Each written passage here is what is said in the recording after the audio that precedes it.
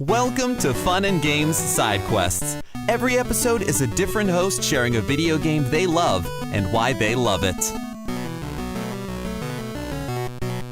Hey, Side Quest listeners. This is Martynas, JcDent, Klimas, host of the Fortified Niche podcast about indie miniature war games, and also the Barrel Drill blog where I write about video games and indie miniature war games.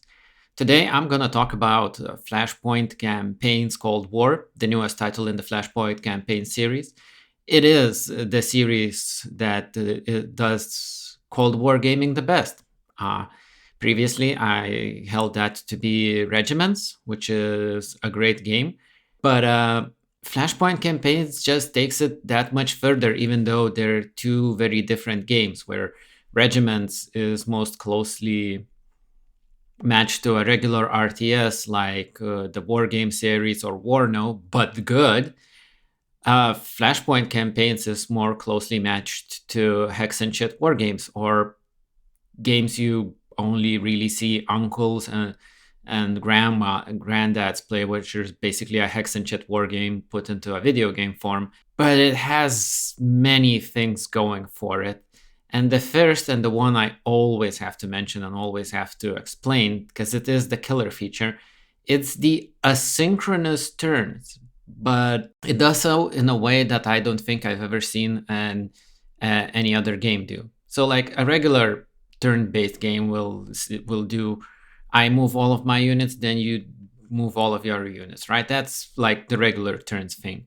Some games do simultaneous resolution. So I order all of my units, then you order all of my units, then the game unpauses and the units act out, and then we get to order our units again. There's a period of time where none of us have control over our units. We can just see them move. Unfortunately, I don't know many mainstream examples of this type of gameplay, but if you are sufficiently badass, you'll notice that this is how the Minions series works, and this is also how Combat Mission series works. Flashpoint Campaigns takes it a step further, since you and the other player don't necessarily have turns of the same length. So, for example, in Combat Mission, both of you do submit your orders and then watch a minute of in-game resolution. So like your troopers move around for a minute, they shoot around for the minute. The game tries to simulate real life. So you can imagine your troopers do a minute of actions like a real soldier would be able to do. In Flashpoint Campaigns, you might see 15 minutes of resolution of game time, but the enemy player might get to watch 22 minutes of gameplay resolution before submitting orders. And this is both fascinating and actually true to life, because what we're dealing with in Cold War, and this is a late Cold War game, it's 1989, which is probably the only thing you can hold against it, 1989 being a somewhat uninteresting date to place a Cold War game at, but you know, these things happen. So this has to do things with doctrine. The Western NATO doctrine is all about continuous exchange of data between all levels of the military, and also initiative at a lower level, which means that they can move through the sequence of noticing that something's happening, mulling over it, taking action, and doing this thing all over again a lot faster than the Soviets do. The Soviets, due to various fascinating historical reasons, and it takes them longer to react to changes on the battlefield, and thus they act somewhat more inflexibly, and at the same time their whole military doctrine is built around excusing the sort of inflexibility, on making it not matter. And this game reflects this. Sure, the NATO nations usually have shorter time. It's called command cycle in the game. So like on a spherical cow, you'd have like a 12 to 14 minute NATO turn and a 22 minute Warsaw Pact turn. But this isn't set in stone, and the length of your turn can and will change during the battle. Because when a game is played at this size, where the smallest unit you are likely to control is a platoon, or if you're playing Warsaw Pact, it's going to be a company, that's just how they rolled tactically. Because for the Soviets, the company was the lowest tactical unit, and the platoons aren't exactly, don't have the same amount of independence as they do in Western doctrine. That's, again, there are historical reasons why this happened. There's nothing of the World War II Asiatic horde myths or anything your grandfathers believed about Soviet inflexibility coming from political reasons or the inscrutable Russian mind. That's just how they did things. Eventually, military theory proved them to be wrong in this, that it is actually better to have initiative at lower levels. But, this is going into the weeds. So there are many things that can influence your command cycle in the game, among others being how many orders are going out. Because, orders have to be sent out, they have to be disseminated, and they have to be understood by your troopers. There's also electronic warfare. If the enemy is jamming your radios, it's harder for the orders to get through. And there's also the fact that your headquarters unit might be picked up by signals intelligence, and then you get treated to an artillery barrage, which also puts the kibosh on things. So even if your command cycle starts very short, it's not likely to stay very short for very long, as battlefield friction impedes things. And it's also dependent on the scenario, because sometimes, especially when the Soviets are on the attack and this is the early war and they're putting all of their assets, their best units, their element of surprise in play, they will have a shorter command cycle, because, they're not shocked. They know what's happening. They know what's doing. They're on the attack.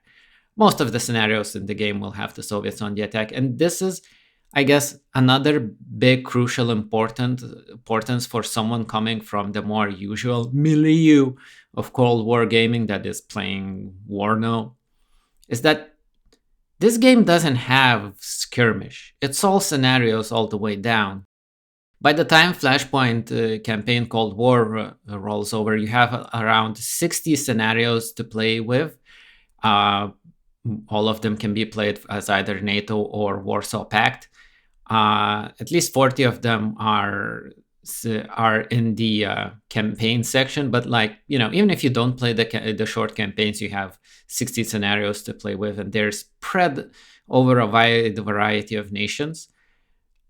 So you're gonna have some fun, and that fun is tailor-made, and it addresses one of the things I'm starting to really dislike about games. Again, I'm gonna mention Warno. Because when you play all these skirmish games, they're all playing meeting engagements. That is, two armies bumbling into each other on the field, which in the common military sphere doesn't really happen. A more often scenario would be a defender defending from the attack, and that has a lot of different things going for it. But one thing that these kind of asymmetric attack defense scenarios allows is for defender to be dug in and have prepared defenses. And meanwhile, the attacker having to have, by the virtue of them going into the unknown, a lot more forces than the defender, because military rule of the thumb is that if you're on the attack, you want to have 3-to-1 advantage in forces. At the most basic level, that means you want to have 3 times as many dudes as the enemy, but artillery and airplanes and whatever also have their own say in this. They act as multipliers, so it's not as clear-cut as that. So the whole game is asymmetric scenarios where you don't get to choose your forces, you don't get to choose your force makeup, anything. You're just taking what you're given and you're rolling out with that, and that's great. And again, I'm going to mention Warno because it is the biggest name and it's the most accessible name.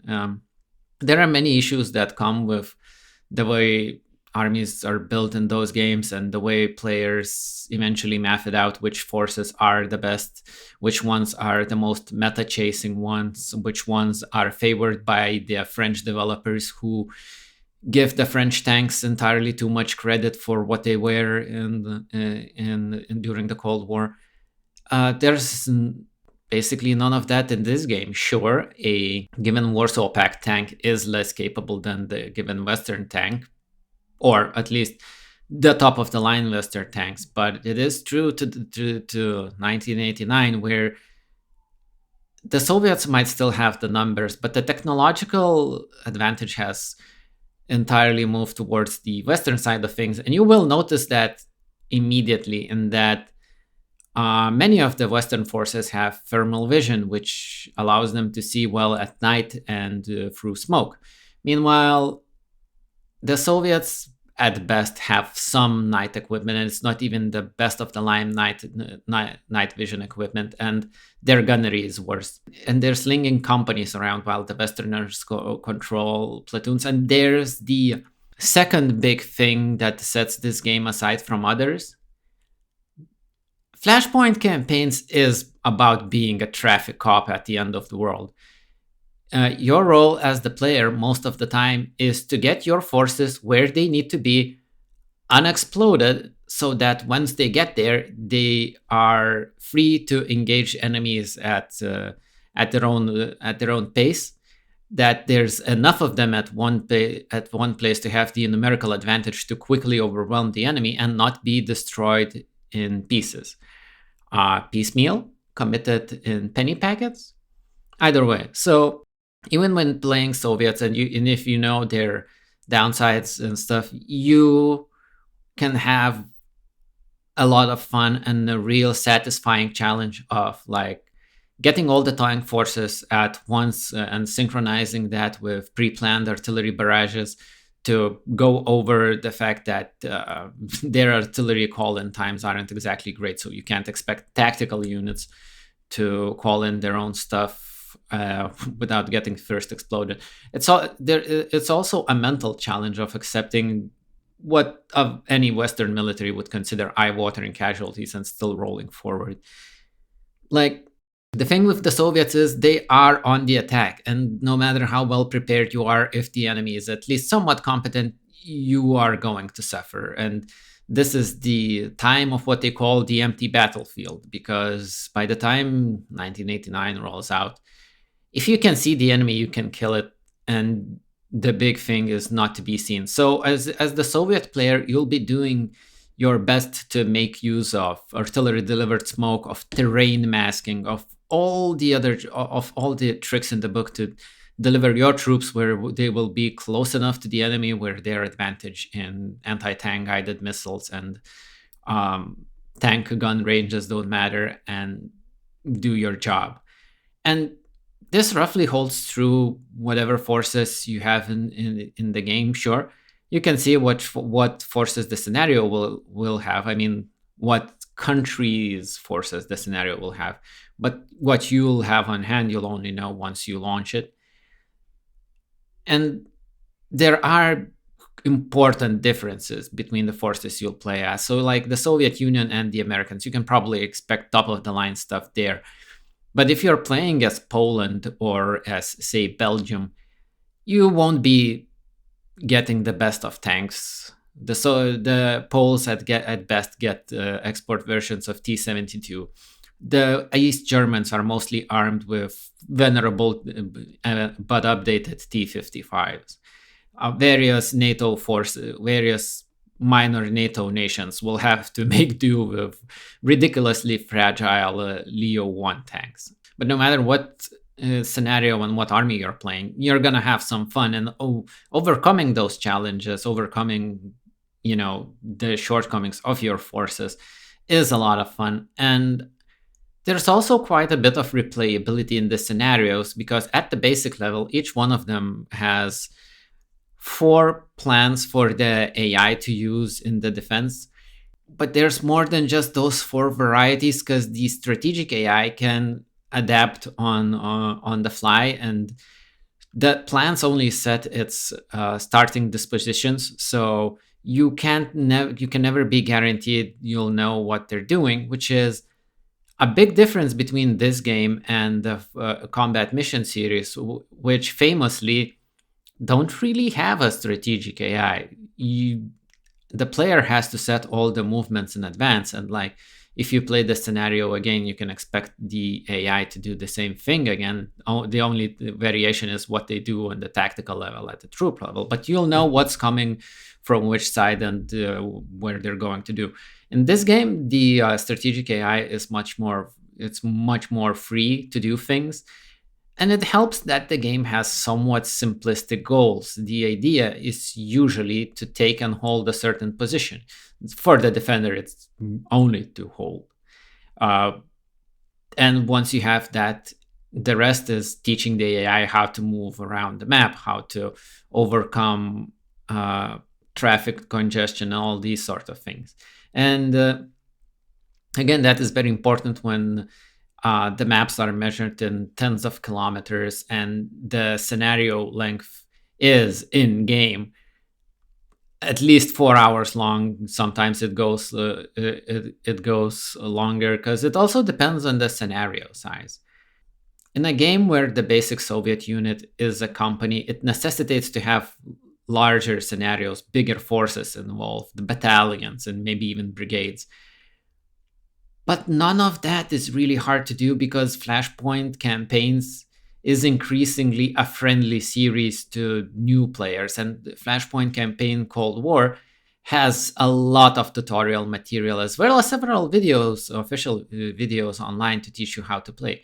Sure, the tutorial missions still have to be played with the PDF open, but the game is as relentlessly friendly to newbies as hex and chit wargame or a computerized hex and chit wargame could be. This game and its developers want you to play it. So no matter how much effort was put into, say, making Gary Grigsby's War in the East 2 accessible to new players, it pales in comparison to Flashpoint Campaigns. And the other thing you have to understand with Flashpoint Campaigns is, since you don't have to, say, really set targeting priorities or anything, you really have to master the free movement commands that are in the game. And once you do that, you don't really need to worry too much about the capabilities of every platform you have under your belt. Because like the unit simulation is complex. There are very many stats that describe what a certain tank or an infantry unit can do. But from my experience, I can say you don't really need to know that. You just need to know that if you're playing the NATO forces, you want to keep your tanks as far away as possible and snipe the enemy at range. And if you're playing Soviets, you really want to grab the enemy by the belt and stab them there.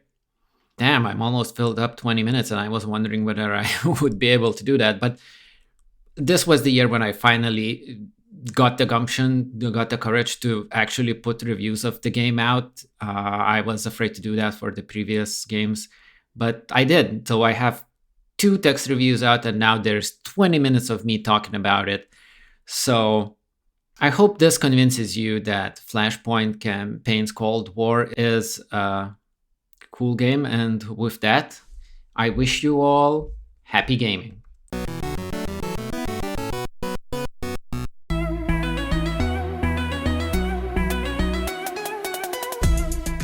Welcome to No Small Games, the indie gaming recap and review podcast. I'm Kate, also known as Cater Blossom. And I'm Emily. You might also know me online as The Specific Egg. And we met streaming and playing video games on Twitch. At No Small Games, we combine our favorite genres to experience everything the indie game world has to offer and share it with all of you. We believe there are no small games, only small game studios.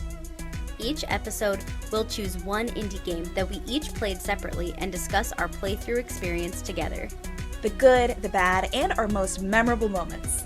We'll follow our recap with a review and announcement of which indie game will be featured on our next episode. We invite you to play each game along with us and would love to hear from you about your playthrough experience. Hey, Kate. Hey, Emily.